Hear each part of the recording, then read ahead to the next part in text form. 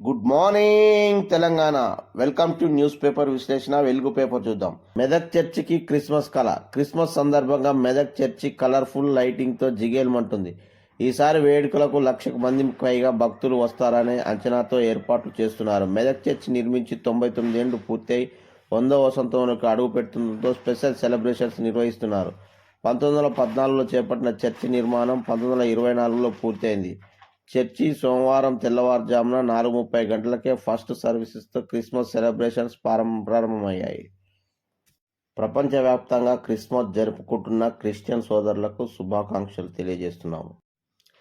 మేం 10 ఏళ్లలో సృష్టించిన సంపద 50 లక్షల కోట్లు. రాజకీయ కక్ష ఉంటే మమ్మల్ని తిట్టండి, కానీ కాళేశ్వరం లాంటి రాష్ట్ర సంపదను నిందించొద్దు. కేటీఆర్ ప్రాజెక్టుపై ఏ విచారణకైనా సిద్ధం. రాష్ట్ర ప్రభుత్వం శ్వేతపత్రం తప్పుల తడక.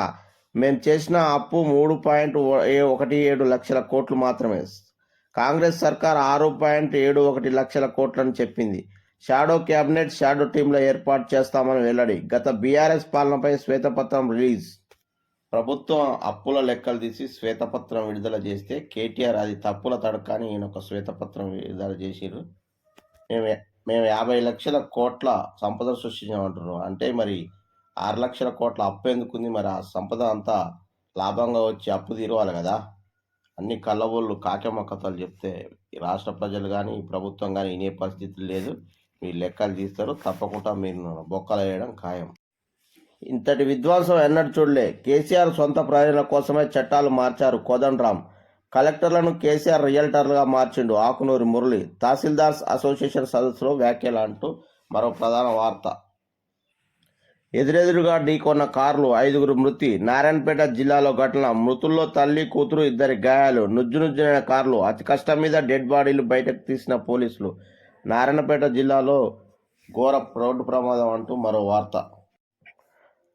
6 ఐఏఎస్ల బదిలీ. సివిల్ సప్లైస్ కమిషనర్గా డిహెచ్ చవాన్, ఇంటర్ బోర్డు కార్యదర్శిగా శృతి ఓజా, మేడ్చల్ కలెక్టర్ గౌతమ్కు రంగారెడ్డి జిల్లా కలెక్టర్గా ట్రాన్స్ఫర్.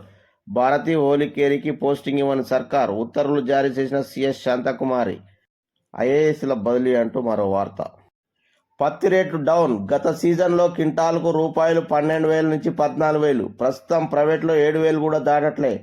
తేమ పేరుతో కొర్రీలు పెడుతున్న సీసీఐ. 8 నుంచి 12% ఉంటేనే ధర ₹7,020. చేసేది లేక ఇళ్లలోనే నిల్వ చేస్తున్న రైతులు. వివరాల్లోకి వెళ్దాం. ఈ ఫోటోలోని రైతు పేరు కుసుంబ మల్లయ్య. సిద్దిపేట జిల్లా కొండపాక మండలం అంకిరెడ్డిపల్లి గ్రామానికి చెందిన ఈయన తన ఎకరం పొలంలో పత్తి సాగు చేశాడు. అష్ట కష్టాలు పడితే 8 క్వింటాల పత్తి చేతికొచ్చింది. సీసీఐ సెంటర్కు తీసుకెళ్తే తేమ ఎక్కువైందని చెప్పడంతో ప్రైవేట్లో అడిగాడు.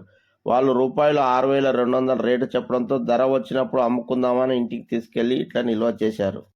సీసీఐ కొర్రీలు పెట్టడం వల్ల దళారులు రెచ్చిపోయి సిండికేట్ అయి రైతులను ముంచే ప్రయత్నం చేస్తున్నారు. ప్రభుత్వం వెంటనే స్పందించి పత్తి రైతులను ఆదుకోవాలి. Please like, share, subscribe.